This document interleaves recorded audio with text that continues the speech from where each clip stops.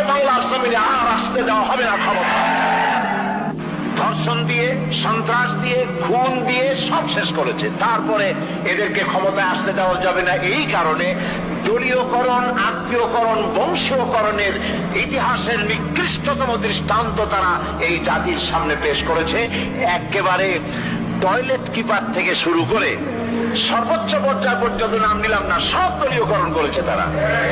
লুটে পুটে, ওই যে সেই কথা আছে, উলট পালট করে দেমা লুটে পুটে খায়। সমস্ত দেশকে লুটে পুটে খেয়ে শেষ করেছে। সেদিন আমি বিজয়নগরে সেই বিএনপি অফিসের সামনে, এই যে কয়েকদিন আগেই সেখানে আলোচনায় বলেছিলাম যে এক লোক আগে এসে আমাকে বলছে, হুজুর এরা তো 5 বছরে খাইয়া খুইয়া সব শেষ করে ফেললো, এরপর আপনারা এসে করবেন কি?